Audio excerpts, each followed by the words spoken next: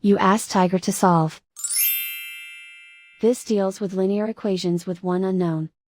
The final result is x equals 5. Let's solve it step by step. Group all x terms on the left side of the equation. Subtract 3x from both sides. Group like terms. Simplify the arithmetic. Group like terms. Simplify the arithmetic. Group all constants on the right side of the equation.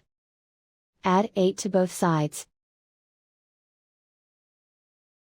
Simplify the arithmetic.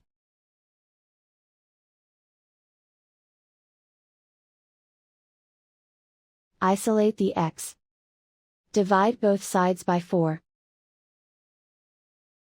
Simplify the fraction. Find the greatest common factor of the numerator and denominator. Factor out and cancel the greatest common factor. And so the final result is x equals 5.